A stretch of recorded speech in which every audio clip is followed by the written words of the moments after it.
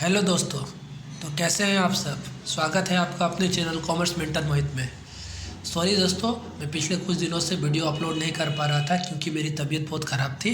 तो दोस्तों चलिए आज की इस वीडियो में हम लोग अपने प्रिंसिपल ऑफ मैनेजमेंट की सीरीज में आगे बढ़ते हुए एक नए चैप्टर्स की ओर बढ़ते हैं, जिस चैप्टर का नाम है मोटिवेशनल और लीडरशिप। इस वीडियो में हम लोग मोटिवेशन को कवर करेंगे और नेक्स्ट वीडियो में हम लोग लीडरशिप को कवर करेंगे। तो चलिए दोस्तों शुरू करते हैं। जैसा कि आप लोग सब जानते ही अबाउट मी है, मेरे बारे में है। तो दोस्तों टाइम वेस्ट ना करते हुए चलिए शुरू करते हैं अपना चैप्टर। तो ये चैप्टर जो है उसका नाम है चैप्टर का मोटिवेशन एंड लीडरशिप। उसमें हम लोग आज करेंगे कॉन्सेप्ट ऑफ लीडरशिप। देखिए concept of leadership, concept of motivation. Motivation क्या है? Motivation refers to the internal and external factor that stimulate individual to take action toward achieving a goal. It is a driving force behind human behavior, influence how people think, feel, act in a various situation।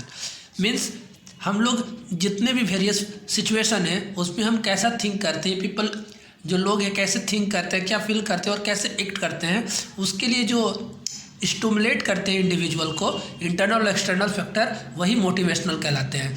Suppose आप कहीं काम कर रहे हैं तो किस उद्देश्य से कर रहे हैं, आप किस थिंकिंग के साथ कर रहे हैं काम, कि आपको वहाँ सैलरी मिलेगा, आपको वहाँ रेपुटेशन प्राप्त होगी वगैरह वगैरह। तो ये आपके लिए वहाँ मोटिवेशन फैक्टर है। तो इसे ही मोटिवेशन कहा जाता है सिंपल भाषा में। तो चलिए हम लोग डेफिनेशन देख लेते हैं। तो मोटिवेशन के बारे में क्या कहा है स्टीफन पी रॉबिन्स ने।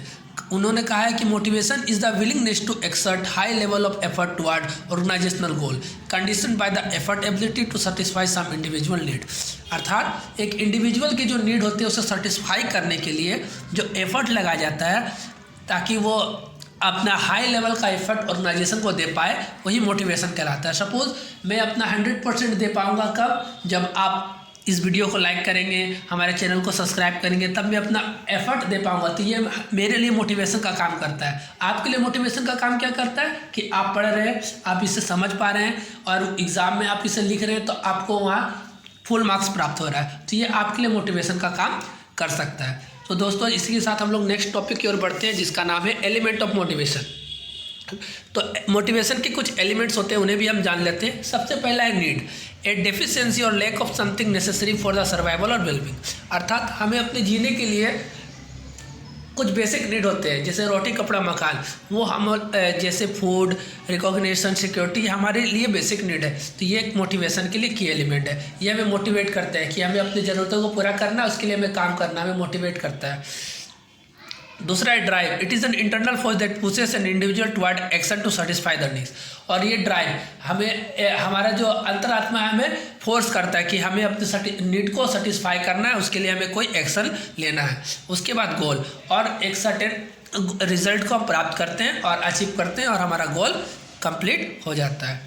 चलिए इसी के साथ हम लोग दोस्तों नेक्स्ट टॉपिक की ओर बढ़ते हैं जिसका नाम है टाइप्स ऑफ मोटिवेशन। तो मोटिवेशन दो प्रकार के होते हैं, एक होता है इंट्रिंसिक मोटिवेशन और एक होता है एक्सट्रिंसिक मोटिवेशन। अब समझ लेते हैं इंट्रिंसिक मोटिवेशन क्या होती है।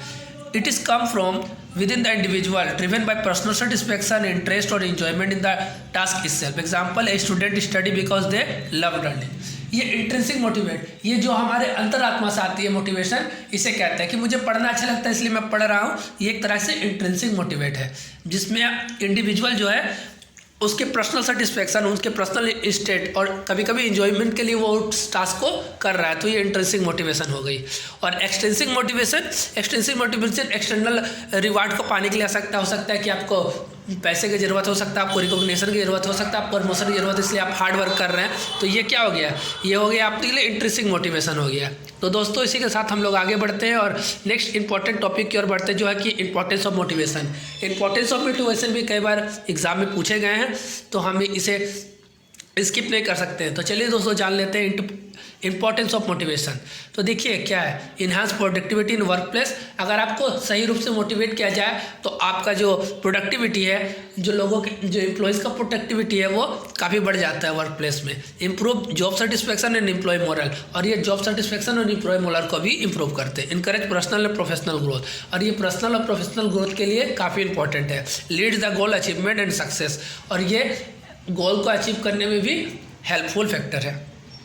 दोस्तों इस चैप्टर का जो हॉट टॉपिक है मोटिवेशनल थ्योरी, उसे हम लोग जान लेते हैं। मोटिवेशनल थ्योरी से कई बार एग्जाम में क्वेश्चन डायरेक्ट पूछे गए हैं, तो मोटिवेशनल थ्योरी को इस चैप्टर से हम लोग मिस कभी नहीं कर सकते हैं।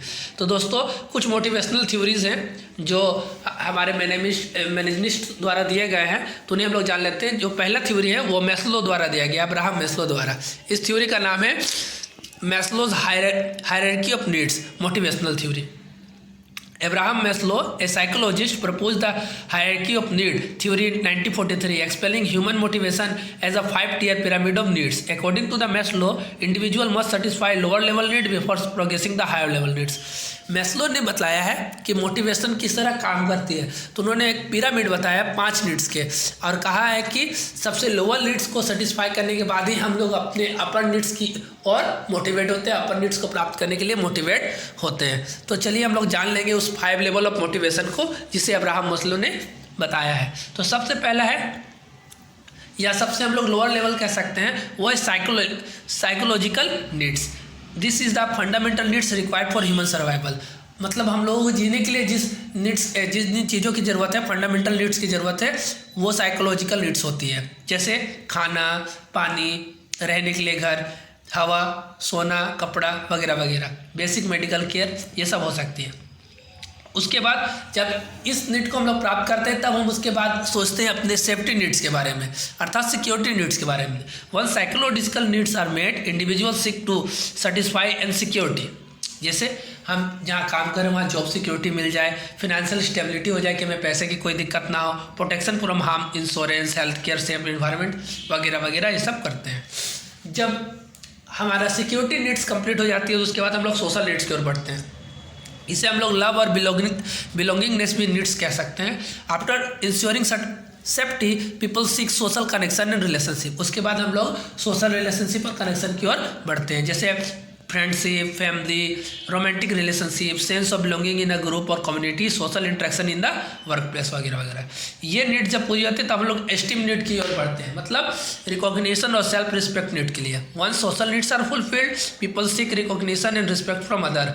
अर्थात हमें अचीवमेंट हो सकता है वर्क प्लेस में चाहिए हो, स्टेटस हो, रेपुटेशन हो, सेल्फ कॉन्फिडेंस हो वगैरह वगैरह। ये सब जब चारों नीड्स पूरा हो जाने के बाद हम लोग लास्ट पढ़ते हैं, वो है सेल्फ एक्चुअलाइजेशन नीड्स, मतलब पर्सनल ग्रोथ और fulfilment need. It is the highest level where individual reach their full potential. और यहाँ पहुँचने के लिए हमें अपना फुल पोटेंशियल लगाना पड़ता है। इसमें हो सकता है क्रिएटिविटी, इनोवेशन हो सकता है, pursuing personal goal and dreams हो सकता है, continuous self improvement and learning, इसके एग्जाम्पल्स हो सकते हैं। तो दोस्तों ये थे मैस्लो के हायरार्की नीड्स। इसके बाद हम लोग नेक्स्ट मोटिवेशन थ्योरी की ओर बढ़ते हैं, जो कि है हर्ट्जबर्ग के 2 फैक्टर थ्योरी ऑफ मोटिवेशन। ये भी एग्जाम पॉइंट व्यू से काफ़ी इंपॉर्टेंट है, कई बार एग्जाम से क्वेश्चन यहाँ से बने हैं। जो फ्रेडरिक हर्ट्जबर्ग थे, उन्होंने डेवलप किया था 2 factor theory in 1959, explaining how work place motivation is influenced by 2 types of factor. उन्होंने बताया कि वर्क प्लेस जो मोटिवेशन है वो 2 फैक्टर्स पर डिपेंड करते हैं। उन्होंने बताया कि एक है मोटिवेटर्स और दूसरा है हाइजीन फैक्टर। मोटिवेटर्स अर्थात इंस्टिंक्ट्स factor. This factors increase job satisfaction and motivate employee to perform better. They are related to the nature of work and personal growth. ये जो होते हैं फैक्टर, ये जॉब सेटिस्फैक्शन और एम्प्लॉय को मोटिवेट करते हैं कि वो अपना परफॉर्मेंस बेटर करे। जैसे अचीवमेंट, उन्हें अचीवमेंट दी गई कि वो कुछ काम कंप्लीट किया तो उनके लिए उसे रिवॉर्ड दिया गया, अगर उनके काम को अप्रिसिएट किया गया, वर्क इटसेल्फ इंजॉयमेंट और इंटरेस्ट इन द टास्क, उन्हें ऐसा काम दिया गया जिसमें उसे इंटरेस्ट आता हो वगैरह वगैरह। तो यह मोटिवेटर फैक्टर है, जिससे परफॉर्मेंस वर्क प्लेस में जो उनका परफॉर्मेंस है एम्प्लॉय का, वो इंक्रीज होता है और वो मोटिवेशन का काम करते हैं। इसके बाद हम लोग ये क्या इम्पैक्ट डालते हैं, when present they increase motivation and job satisfaction. अगर ये ना रहे, they may not necessary cause dissatisfaction but motivation will be low. इसके डिससेटिस्फैक्शन नहीं होगा उसे, लेकिन मोटिवेशन लो हो जाएगा, वो काम अपना फुल एफिशिएंसी 100% लगा के नहीं कर पाएंगे।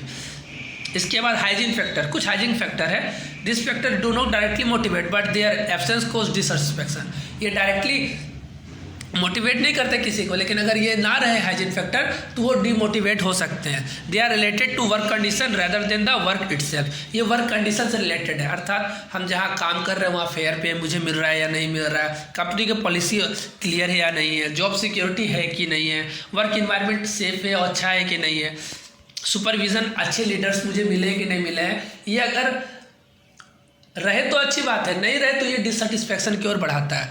तो ये थे दो फैक्टर जिसको हर्ष फर्क ने बताया है कि वर्क प्लेस मोटिवेशन के लिए काफ़ी इंपॉर्टेंट है। तो दोस्तों इसके साथ हम लोग बढ़ते हैं अपने नेक्स्ट थ्योरी की ओर बढ़ते हैं, जो कि है McGregor theory X and theory Y.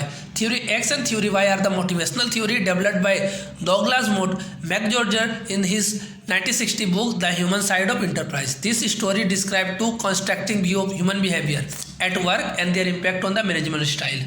तो इन्होंने दो थ्योरी डेवलप किया, एक थ्योरी एक्स और एक थ्योरी वाई, अपने book the human side of enterprise में लिखा। उन्होंने क्या लिखा थ्योरी एक्स में? थ्योरी एक्स को हम लोग ऑथोरियन मैनेजमेंट स्टाइल में कहा जाता है। Assume that employee are naturally lazy, lack ambition and avoid responsibility, believe that employee need strict supervision, external control and punishment to perform well. Theory X में उन्होंने बताया कि जो एम्प्लॉय होते हैं वो नेचुरली रूप से लेजी होते हैं, लैक एम्बिशन होते हैं, उनका कोई एम्बिशन होता है, उनका स्ट्रिक्ट सुपरविजन करने से वो अच्छा परफॉर्म करेंगे।